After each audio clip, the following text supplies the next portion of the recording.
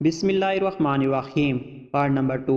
Part number 1 دیکھنے کے لیے ہمارے چینل کو وزٹ کریں۔ وہ لڑکی بولی، یہ چڑیلوں کا گھر ہے، اب تم یہاں سے کبھی باہر نہیں نکل سکتے۔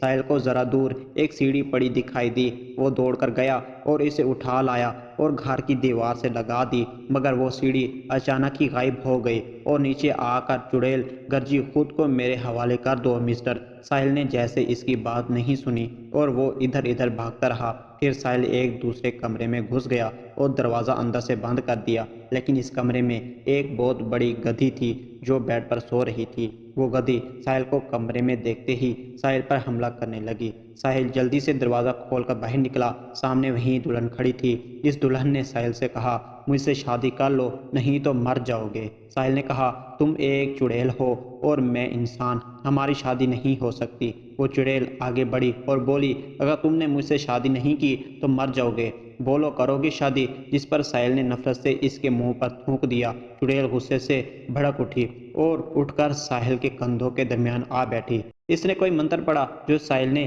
ہندی فلموں میں سنا تھا۔ وہ آنکھیں سکیڑے اور کان لگائے یہ منتر غور سے سننے لگا کہ آخر یہ بول کیا رہی ہے۔ دوسری طرف منتر پڑھنے سے چڑیل کے ہاتھ میں ایک استرا آ گیا، جس سے اس نے جھٹ سے ساحل کا سر مونڈ دیا اور ساحل نے اس کو نیچے دھکیلا اور وہاں سے بھاگا اور وہ چڑیل اس کے پیچھے بھاگنے لگی۔ چڑیل کہہ رہی تھی، مجھ سے شادی کر لو، میں نے تمہارا اتنا انتظار کیا، آج تمہیں جانے نہیں دوں گی۔ ساحل پورے گھر میں بھاگتا رہا اور چڑیل اس کے پیچھے پیچھے بھاگتی رہی۔ بھاگتے بھاگتے وہ ایک غار نما کمرے میں داخل ہوا، لیکن وہ کمرہ ختم ہی نہیں ہو رہا تھا۔ وہ بھاگتا جا رہا تھا لیکن اس کمرے کا کوئی دروازہ نہیں تھا۔ پھر وہ ایک خوفناک تہہ خانے میں پہنچ گیا جہاں ہر طرف خون کی بدبو تھی اور خوفناک کھوپڑیاں پڑی ہوئی تھی۔ وہ دلہن ساحل کے پیچھے پیچھے کمرے میں آئی اور بولی، جب تک تم مجھ سے شادی کے لیے راضی نہیں ہوتے اس تہہ خانے میں بند رہو گے۔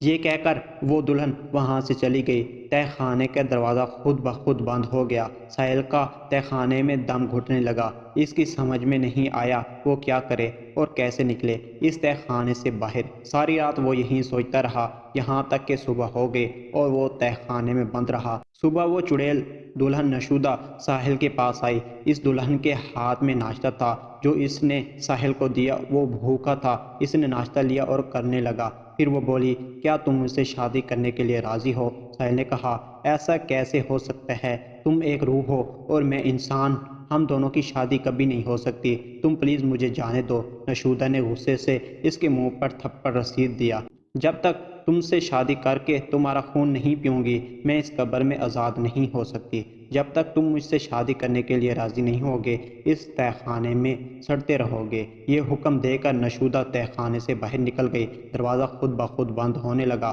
ساحل کے لیے اس مصیبت سے بچ نکلنے کا کوئی راستہ نہیں تھا۔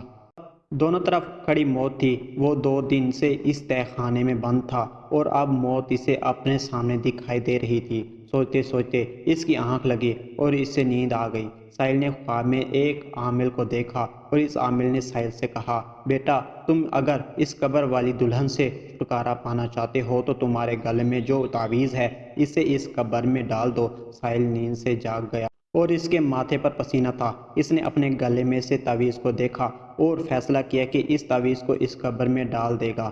رات کو جب نشودہ دلہن اس کے پاس آئی اور اس نے ساحل سے اس کا فیصلہ پوچھا تو ساحل نے کہا، میں تم سے شادی کرنے کے لیے تیار ہوں، لیکن میری ایک شرط ہے، شادی ہم اس قبر کے پاس کریں گے۔ نشودہ خوشی خوشی راضی ہوئی اور ساحل کو باہر لے گئی۔ پھر نشودہ تیار ہوئی اور اس نے زیور پہنے، لپسٹک لگائی، شیڈ لگایا، فیس پاؤڈر، مسکارا، آئی لیشز، بلش، رواج کا لپ گلوس، کاشز کی چوڑیاں، کاشز کا ہائی لائٹر۔ اس دوران ساحل نے اس سے منت کی کہ اس کا لباس اس کو لٹا دے، مگر نشودہ نے اس کو گھورا، جس پر وہ خاموش رہا اور پھر وہ سنگھار میز سے اٹھی اور اٹھ کر اس قبر پر بیٹھ گئی۔ ساحل نے چپکے سے وہ تعویذ گلے سے اتار کر قبر میں دفن کر دیا۔ تعویذ دفن کرنے کے 1 منٹ بعد ہی ہر طرف دھماکے ہونے لگے، ہر طرف دھواں اٹھنے لگا، گھر کا دروازہ کھل گیا اور ساحل نے سر پیٹ دوڑ لگا دی اور یوں ساحل کی جان آزاد ہو گئی۔